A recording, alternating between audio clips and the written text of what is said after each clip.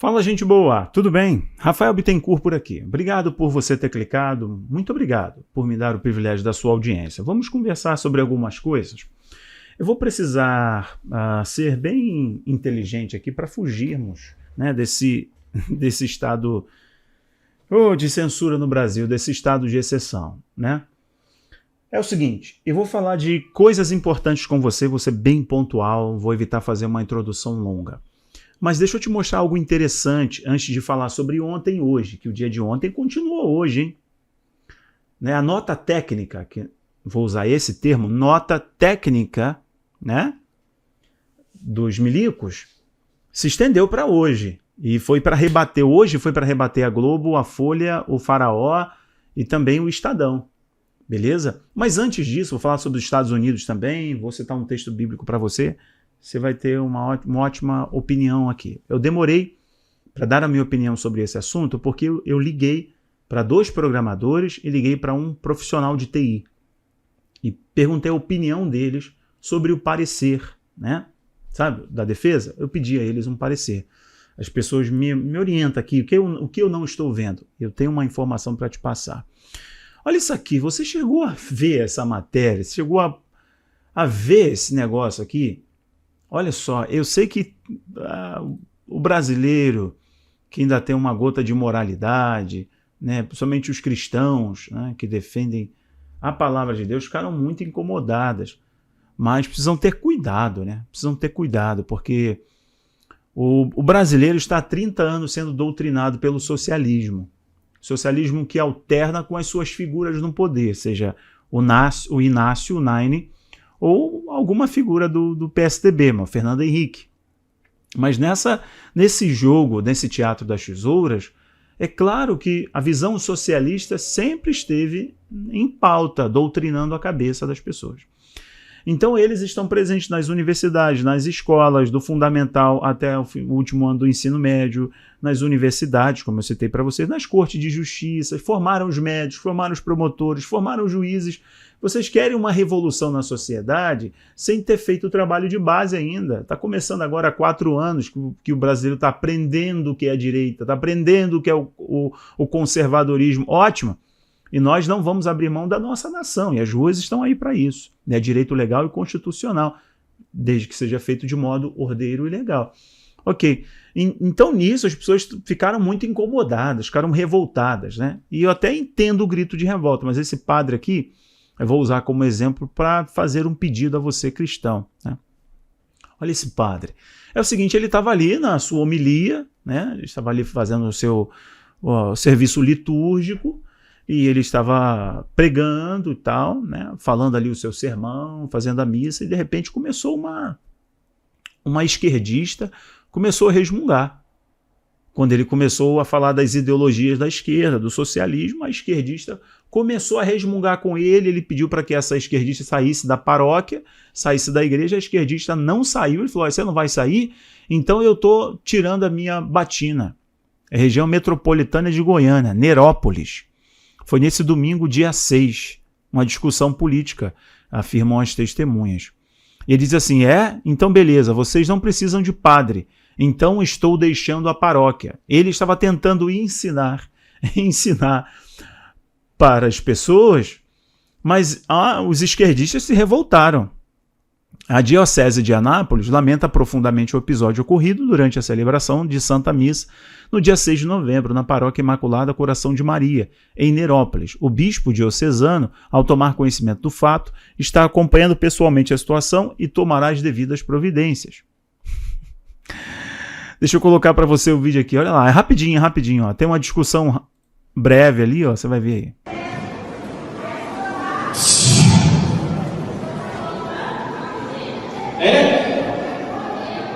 Aí ele começou a ver que tinha alguém resmungando ali, que ele estava ensinando sobre as ideologias da esquerda, etc. Beleza. Vocês não precisam de padre? A mulher está bem na frente resmungando. Estou deixando a paróquia. Ele fala, vocês não precisam de padre? Então estou deixando a paróquia.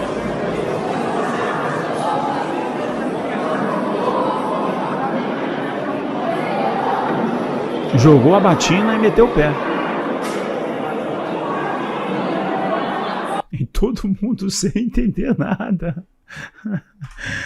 Olha só, eu tô rindo aqui e tô levando isso de modo cômico, né, para dar um tom de leveza nesse vídeo aqui, né, porque o momento é muito tenso no Brasil. Eu entendo esse padre. Ele quer ser um guia, ele quer conduzir os seus paroquianos, ele quer ensinar, né? E de fato, um guia espiritual, ele precisa tocar em temas importantes, mas sinalizando para as Escrituras.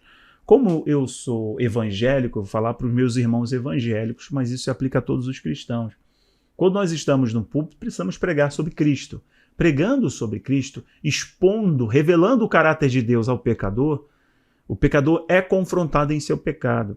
E ao revelar o caráter de Cristo, ao revelar a pessoa de Cristo para o pecador, nós fazemos com que essas pessoas fujam dessas ideologias infernais, que são as ideologias marxistas, que é o socialismo, que é o comunismo, toda a doutrinação social, ideologias abortistas, né, ideologias de gênero, todas essas ideologias mundanas, demoníacas, doutrinas de demônios, caem por terra. Mas o pastor, o bispo, o padre, né, o apóstolo também tem uma missão de orientar o seu povo no caminho. Ele está no caminho, está orientando o seu povo.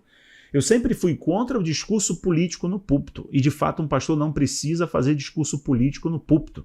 Ele não pode colocar um candidato no púlpito. Isso é um erro. Claro, deve ficar. Eu sempre fiz essa crítica. Erraram na dosagem. E, embora eu entenda aqui a revolta desse padre, eu não aprovo esse comportamento de mandar sair da paróquia, né? Mandar sair. Se você não sair, eu vou sair. Não, inclusive, essa não é a postura da autoridade, né?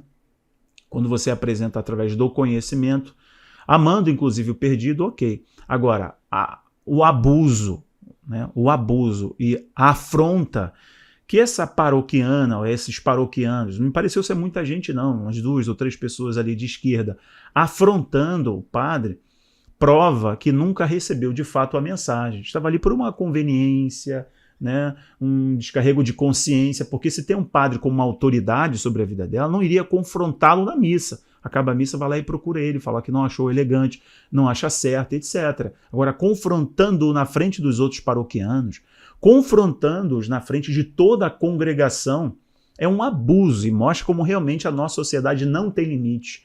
E foi justamente levada a não respeitar a autoridade, a não enxergar uma referência.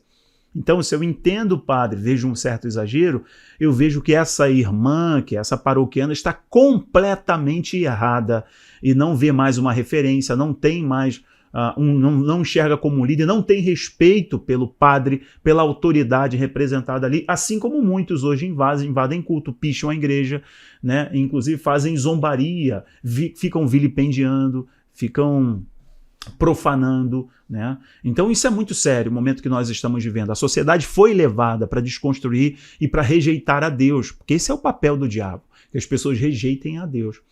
Gente, vamos lá, então deixa eu falar de outras coisas aqui, né, que eu julgo ser importantes, além dessa daí que foi para a gente rir um pouco.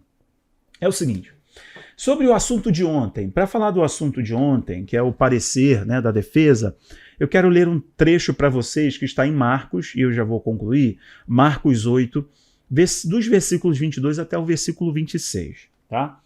É o seguinte, esse texto, essa passagem é muito bonita e retrata mais um milagre de Jesus. O livro de Marcos registra muitos milagres, né? E essa passagem aqui é bem interessante, é que Jesus está chegando em Betsaida. Betsaida é a vila de pescadores, é um lugar de pescadores, né?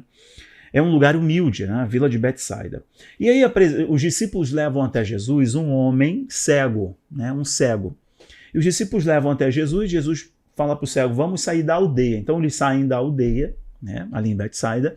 Então Jesus decide operar um milagre de um modo diferente. Agora você vai entender, né? E você vai ligar aí com a nota de ontem e a nota que continuou hoje, inclusive, parecer de ontem e de hoje. Jesus faz o seguinte, Jesus opera esse milagre de modo diferente. Ele ressuscitou a menina dizendo, Talita cumi, menina levante. Ele ressuscitou Lázaro dizendo, remova a pedra, Lázaro vem para fora. Ele falou para um homem há 38 anos, pega a tua cama, levanta e anda. Né? E, enfim, ele operou muitos milagres, nem todos os livros da época conseguiriam conter os milagres que Jesus operou. Mas esse milagre é interessante, por quê? O cego está ali, Jesus tira da vila, né, dali de Betsaida, cospe, Jesus cospe nas mãos, né, os paulistanos falam gospe, nas mãos, e Jesus pega o seu cuspe e joga no olho do homem cego. E Jesus pergunta para o cego. Jesus pergunta por quê. E é isso que é interessante.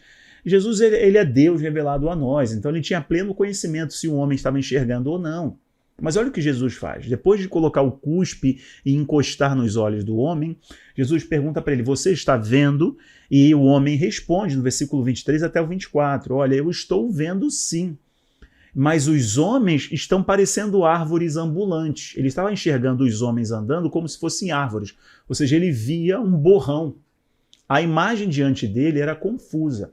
Cristo fez milagres instantâneos e imediatos, multiplicou os pães e os peixes, andou sobre as águas, acalmou o mar, silenciou o vento, milagres instantâneos, imediatos. Mas este aqui foi um processo, Eclesiastes capítulo 3, há tempo determinado para todas as coisas. Deus tem um modo de agir, a gente tem que parar de tentar dar um jeitinho em Deus, a gente tem que parar de uma vez por todas de querer ter o controle. A rédea do mundo. Quem tem o controle do mundo, quem tem o cetro do mundo é Cristo. Foi ele que venceu a morte, foi ele que venceu o diabo. E é ele que tem um relógio escatológico nas mãos. Então, como que a gente faz isso? Entrega a ele o controle. A gente confia nele plenamente. Então, vocês vão entender aqui meu posicionamento sobre a nota de ontem. Estou sendo sábio aqui com vocês, dando um exemplo bíblico, que é o seguinte, Jesus coloca então e fala assim, olha, Senhor, eu estou vendo, mas os homens são como árvores. Começou o milagre, há um processo de milagre. Esse milagre é diferente, esse milagre não vai acontecer como os outros. O desenrolar desse fato, que será histórico para este homem que está recebendo o milagre, não será como todo mundo espera. Não vai ser como os próprios discípulos esperam. Bom, você quer ser curado? Eu também quero, vai, a tua fé te salvou. Pronto, eu estou vendo, né? Como o cego de Jericó, como outros cegos. Lembra disso? Não, esse aqui é diferente. É diferente, os discípulos não vão entender. As pessoas mais próximas que querem ver o milagre acontecer e o próprio homem que quer ver o milagre acontecer podem ficar por um período de tempo frustrado, sem entender, meio decepcionado. Mas existem coisas que Deus faz e o modo de Deus agir, ele tem um tempo, ele é Deus, ele não te deve explicação de nada. Por que que o socialismo avança nos Estados Unidos e não teve a onda republicana, mesmo o país estando agora enfrentando crise em alguns estados até humanitária, gente. Você vê Filadélfia, você vê Nova York, o que é isso? Terra de bang bang, pô? Não, mesmo os Estados Unidos, que eu fui há 5 anos... Um bando de drogados nas ruas, pessoal fazendo uso de entorpecentes, né? Essa ideologia varrendo escolas, clínicas abortistas para tudo quanto é lado, a lei de Deus sendo varrida dos Estados Unidos, a maior nação cristã democrática, censurando as pessoas. Veja. Então, por que avançou nos Estados Unidos? Não sei, meu amigo. Eu sei de uma coisa, o mundo foi treinado para aceitar o totalitarismo. O mundo está sendo treinado para receber o último regime totalitário, o último ditador que é o anticristo. Então, mesmo a gente esperando nos Estados Unidos ver uma eleição que é uma onda republicana por causa da inflação, por causa do desemprego, por causa da crise econômica, teve vitória dos republicanos, mas não foi avassaladora. Provavelmente vão ter a maioria na House, mas não vai ser aquela vitória maiúscula como esperavam. Ou seja, as pessoas querem o socialismo do Fórum Econômico Mundial, as pessoas querem o discurso do Grande Reset. Os jovens, que é uma geração pós-cristianismo, é isso que se define a geração Z, é a geração pós-cristianismo, não quer os princípios de Deus. E agora o que nós temos que fazer nós temos que continuar sendo luz. Mas o controle de tudo nós entregamos nas mãos de Deus, só fazemos o nosso trabalho. Você vai entender. Voltando aqui para o Brasil, mas falando do milagre, Jesus toca nos olhos do homem uma segunda vez. E então, depois disso, que o mestre toca uma segunda vez, o homem enxerga plenamente. Ou seja, embora os discípulos não tenham entendido aquele milagre demandou um tempo, demandou um processo e demandou também lidar com a espera, com a calma e lidar com a frustração. Calma, sou eu que estou no controle, sou eu que faço. E a justiça de Deus nunca falhou e nunca tardou. Tem um ditado popular que diz: a justiça de Deus tarda, mas não falha. Isso é mentira. A justiça de Deus não tarda, porque Deus tem um tempo diferente do nosso. O tempo dele é kairos, ele é eterno, ele tem um governo, ele tem um cetro de justiça. Ele levanta, ele abate o governante. Não há um homem mais poderoso na face da terra, se borra, se derrete diante da presença do poderoso, o Criador de todas as coisas. O salmista diz assim: uns confiam em carros, outros em cavalos, mas nós faremos menção de ti, ó Senhor. Nós não lutamos com as armas do mundo. O que eu estou querendo dizer para você é que eu liguei para programadores, 2 programadores feras. Eu liguei hoje, por isso que esse vídeo demorou para sair. Eu liguei para um profissional de TI, eu liguei para 2 programadores, falei: me dá uma luz aqui, fala comigo, o que está sendo apresentado? Eles falaram o seguinte: Rafael, esses caras não tiveram acesso praticamente nada. E eles apresentaram algo que é muito grande. Rafael, simplesmente eles tiraram o pino. Só que o povo não está sabendo ler. Eles tiraram o pino da granada. Só que o povo não está sabendo ler. O povo está querendo algo imediato. Aí você vai entender o milagre que eu contei. A maior frustração, assim como talvez, estou conjecturando, talvez os discípulos ali naquele milagre que eu contei de Marcos 8, 22, os discípulos não entenderam por que Jesus não curou imediatamente. Por que o homem ainda ficou enxergando mais ou menos? Né? Por que então houve uma ligeira frustração, vamos colocar assim, com os discípulos ali? Ué, o que aconteceu? Que dúvida é essa que parou agora? Por que ele não operou o pleno milagre? Por que teve essa dúvida, esse medo, essa insegurança ou essa frustração? Muitos brasileiros, patriotas, pessoas que eu entendo as boas motivações, mas inclusive estão sendo influenciadas do modo errado. As pessoas não estão aprendendo a ter uma visão crítica do mundo e do Brasil. Estão indo pelo sensacionalismo de militares tiktokers, influenciadores militares do YouTube, etc., que estão se vestindo de militares dizendo: oh, a onça vai beber, a onça não vai não sei o que lá, porque o faraó vai ser preso, é hoje, a cobra vai fumar, porque eles vão entrar lá, vão prender todo mundo e não sei o que. Vamos parar com isso. A maior frustração, sim, está com essas pessoas que foram alimentadas com o equívoco. Com um equívoco. O que foi feito agora, né? O que foi feito agora é: voltamos a enxergar algo. Ainda os homens são como árvore? Sim. Mas tem um segundo passo? Sim. É esse segundo passo do mestre tocar novamente e desobstruir a visão para que a recuperação seja plena e aconteça algo realmente histórico, miraculoso, possa acontecer. Então, os 2 programadores que eu liguei me mandaram áudio. Agora eu vou fazer uma live lá no Telegram do Geopolítica Premium. Aconselho vocês a irem para o Geopolítica Premium. O link está aqui embaixo. Que eu vou mostrar o áudio desses programadores top. O que eles falaram? E vocês vão se surpreender. Então, eu digo uma coisa para vocês. Se o brasileiro agora... Eu sempre falei, a solução é o povo, meu Deus do céu. É o povo, é o povo. Se o brasileiro ajustar as suas emoções, afinar o seu discurso, ninguém segura. Ninguém segura. Eu digo uma coisa para vocês aqui. A fala do Nine ontem, assim que ele saiu lá da reunião com os togados lá com tapinha na cara, aquela coisa toda, assim que o Nine saiu, foi dar aquela coletiva de imprensa, ele demonstrou medo do mercado financeiro, e hoje amanheceu uma sangria total. Ele demonstrou medo? Não. Ele demonstrou medo do presidente? Não. Ele demonstrou medo da justiça? Não. Ele demonstrou medo dos militares? Não. Ele demonstrou medo de quem? Olha a gestual. Faz a leitura do comportamento do Nine naquela coletiva de imprensa. Ele demonstrou medo do povo. Nenhum político gosta do povo ali no cangote. E o povo está dando uma declaração que não vê legitimidade nele e não vai aceitá-lo. Não tem como. Ele não vai conseguir. Podem forçar ao máximo, mas a resposta é o povo. Se nós afinarmos o discurso, se os brasileiros confiarem de fato num Deus que é justiça, tá? Lançar sobre ele toda a ansiedade, saber que ele tem cuidado de vocês, que ele tem cuidado de nós. Tá bom, pessoal? E aprendermos qual é a segunda parte para enxergarmos plenamente, assim como um milagre?